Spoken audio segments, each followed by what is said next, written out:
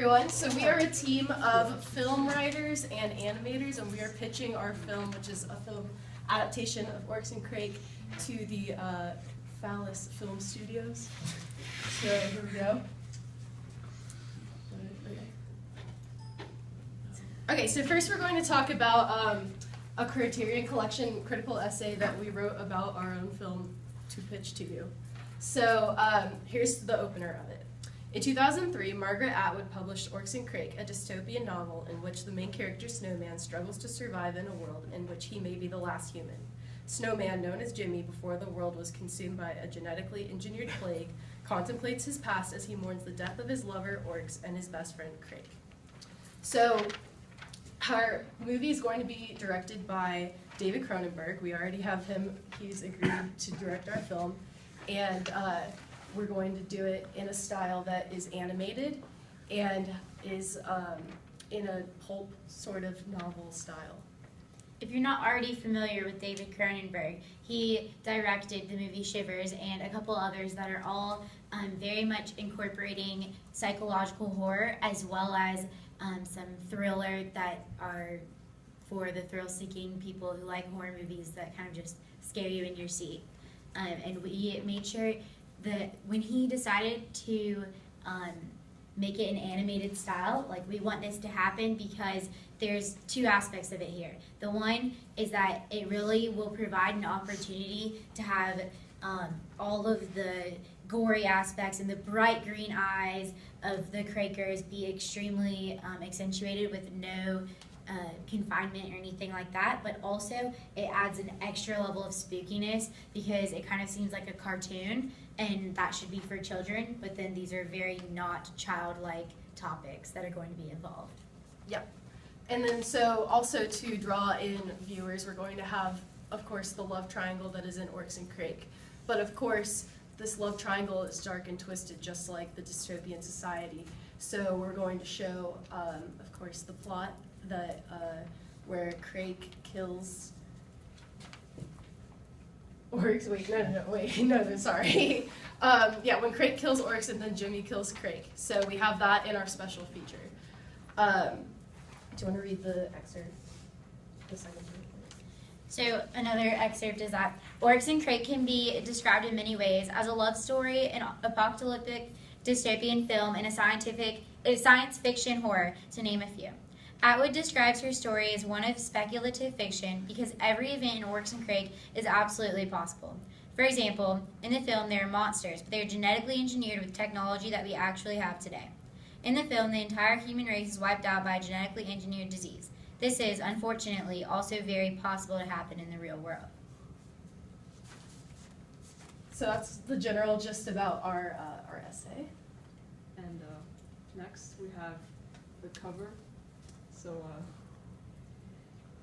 in the back you can see it's like the future where it's like overrun by nature, and the sky is pink to give it kind of like a surreal, creepy feeling. And here is the front cover, and you can see the color palette is like muted colors because we want to go for that kind of like creepy, like not very like bright and happy look. And in the front is Jimmy. He's like looking kind of uncertain, and he's running forward, which represents how he's running into an uncertain future. And on the side is Oryx, and above is Crake. He's like looking down on everyone, and on the right is Jimmy's mother, who's like walking away.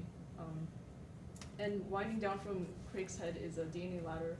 It's going into the foreground, and Pigoons are like running forward as well. And this represents how like the present and the future is dominated by like genetic engineering, which basically sprung from the past and from Crake's ideas. And in the background, you can see like a simple kind of city building facade, which represents like the past civilization, and in front of it is a bunch of plants, which represents how now like nature is taking over. And for our special feature, we did a storyboard of the scene where Jimmy is like watching the news, and then Craig comes in and. So for our storyboard, we took this like really important scene from the novel, and as you can see, this is like a short example of how our film would be like. So the first scene is of Jimmy, and he had just found out that like the world is dying, like everyone's dying, and he's just watching the news with scotch in his hand. And then the next is like, oh, the news and everyone's dying, global pandemic, like just like it's everything's like destruction.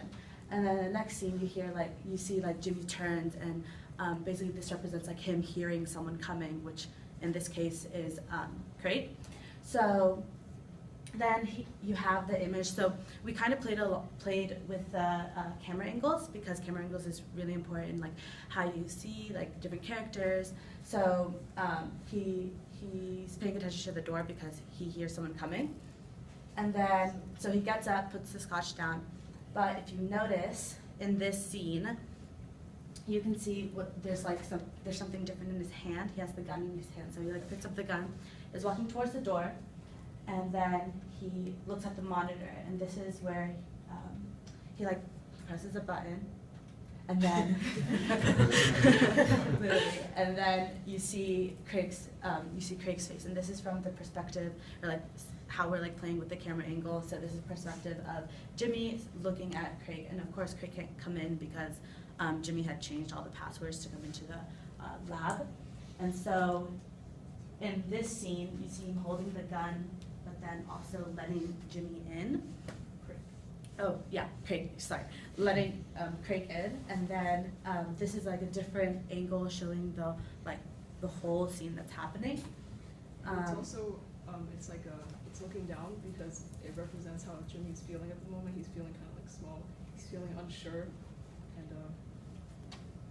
and then the door opens, and you see Craig there holding Oryx, and then also in Craig's hand is the blade, and then the camera angle changes to the. You want to explain this camera angle? Yeah, it's like from a bottom-up view, because it's supposed to be kind of from Jimmy's perspective, and he's kind of afraid right now of Craig, and the bottom-up angle represents how like Craig has like more power at the moment. Yeah, yeah, and he's holding Oryx. Yeah, and in this scene, in the previous scene, you can see Oryx, and in this scene, you can see the emphasis on the knife, and you can also see how Jimmy is like getting ready to like attack. Yeah, yeah.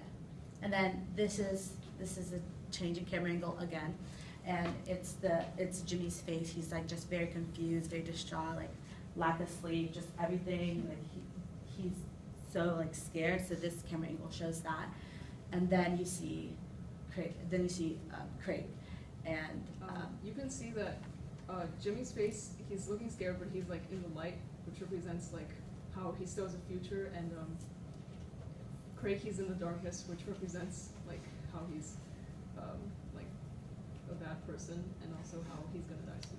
Yeah, yeah.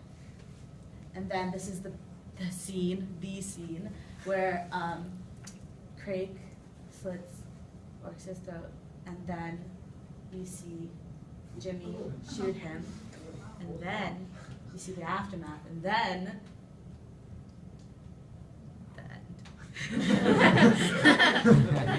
So we hope you choose to create our film. Very dramatic.